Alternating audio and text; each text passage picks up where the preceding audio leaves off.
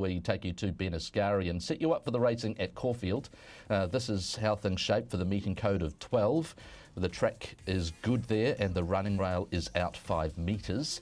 And just confirming that the TAB's Double Down promotion operates on the races, the first 2 races there at Caulfield. So Te Rapa Hastings' first 2 races in New Zealand, and the first 2 races at Caulfield will have the Double Down promotion operating. First race is at 5 minutes past 2, the Keno Classic Handicap, and the second race is at 20 minutes to 3. So 5 minutes past 2 and 20 minutes to 3 for those that want to play the Double Down. $20, up to $20 bet via your account, and as long as it's your first bet on the race, if your horse doesn't win but finishes second, you'll get paid out as the winner. Okay, Ben Asgari, looking forward to the program at Caulfield today, Ben? Yeah, looking forward to it. Victorian Owners and Breeders Race Day, the inaugural running of the $1 Million Showdown for the 2-year-olds. So looking forward to that. We might see, I think, a pretty smart horse, either Sartorial Splendour or Prince of Sussex. I think one of the 2 will win, and I think they're both pretty handy going forward. A couple of spruik horses on the program there today. Horses like Mandela Effect and also Tarwin. How are you assessing their chances? Yeah, I think the best part of the program, hunting-wise, is the early part. There's a couple of odds-on favourites later on the day, Mr. Quickie and Widgie Turf. Just got a few knocks on them at the price. I'm not sure I want to take the odds on about either of them. For me, the best bet on the day is around about even money, Tarwin in race 4. He's a horse that I think we're basically getting even money because of the less-than-ideal barrier. He's going to need a bit of luck from there. He's going to get back. He's got the inside. He's going to need clear galloping room at the right time. If he gets clear galloping room, I think he will beat them. His 2 performances this preparation have been outstanding. Against the pattern in fast time first up at Sandown, then off moderate speed, really put them away from a long way back at Caulfield last time out. And given he's a son of American and everything he's done to date, just the extra rise in distance today will suit him even better. I think with even luck and running, he'll be really hard to beat.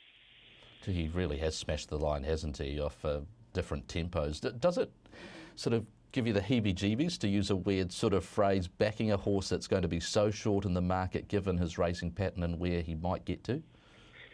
It does a little. It's less than ideal that he's going to be a long way back and on the inside. You'd much rather a horse like him draw a wider barrier, but I think even money's fair enough when I do think you've got a fair degree of ability, edge and ability over them. So I think it's a reasonable gamble. Race number 1's over 1,000 metres, and there are a couple of horses that are well in commission early betting-wise. Propel's $2.60 and William Thomas is at $3.10. William Thomas, a gelded son of Nakoni. How impressed have you been with his performances in an earlier preparation? Yeah, I haven't seen much of him in this preparation, but I do like him resuming at 1,000 metres. He's had a fair while off the scene. I think he might actually have a paddock accident from the last time I spoke to John Price about him, but he's a horse that he's got a lot of talent. He's done a lot wrong, which has cost him winning more races than he has to date, but 1,000 metres from a wide draw in a race with good speed, I just think it's perfect for him because he can over-race and get a little keen, but he should be able to relax well enough at 1,000. And the wide draw just means you'll keep out of trouble. I think he's a horse that's much better than Benchmark 78 grade. And I think he can get the win first up and go on to bigger and better things.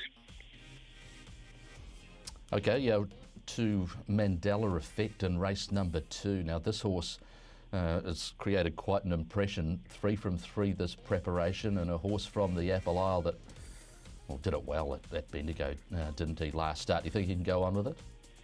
I do. I've got a bit of time for this horse. So does his trainer, Scott Brunton, who's got a terrific record when he brings horses up from Tasmania to Victoria. This guy, won impressively at Bendigo. He's won at Caulfield before. There's a couple of subsequent winners behind him. I think there's a few knocks on the opposition today.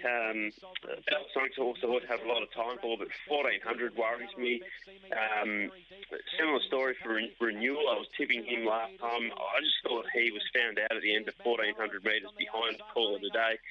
I just think it's a really suitable race for Mandela Effect. So gets his chance to add to his ever-improving record at Caulfield today, and I think $3 are just slightly under a fair enough price for the Mandela Effect.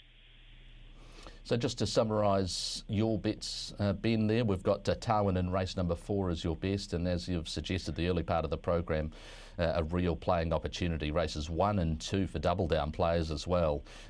William Thomas and Mandela Effect. And look, later in the card, are you suggesting that maybe we tread a little bit more warily with those sort of even money odds on sort of well-supported runners?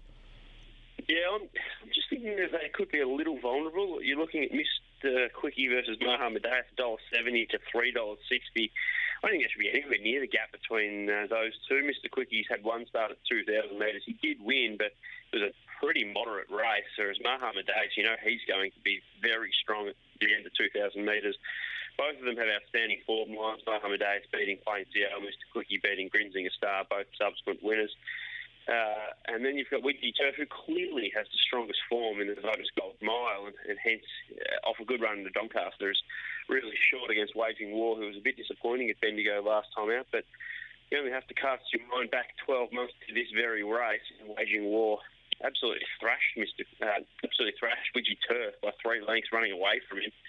And it's $5 versus $1.60. So I just think these favourites may be a little vulnerable. So hence I'll be doing most of my betting in the early part of the program.